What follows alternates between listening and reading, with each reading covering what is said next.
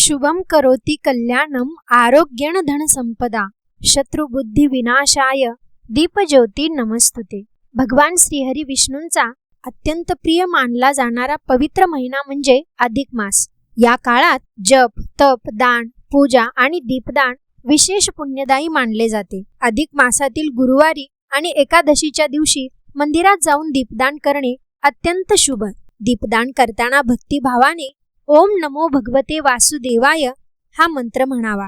शक्य असल्यास विठ्ठल रुक्मिणी मंदिर, प्रभू श्रीरामांचे मंदिर, श्रीकृष्ण मंदिर किंवा तुळशी वृंदावनाजवळ दीपदान करावे। जवळपास मंदिर नसेल तर घरातील बाळ श्रीकृष्णाच्या मूर्तीसमोरही दीपदान करू शकता। नदीमध्ये किंवा तळ्याजवळही केलेले दीपदान अत्यंत पवित्र मानले जाते। दिव्यासाठी मातीचा दिवा वापरला तरी चालतो।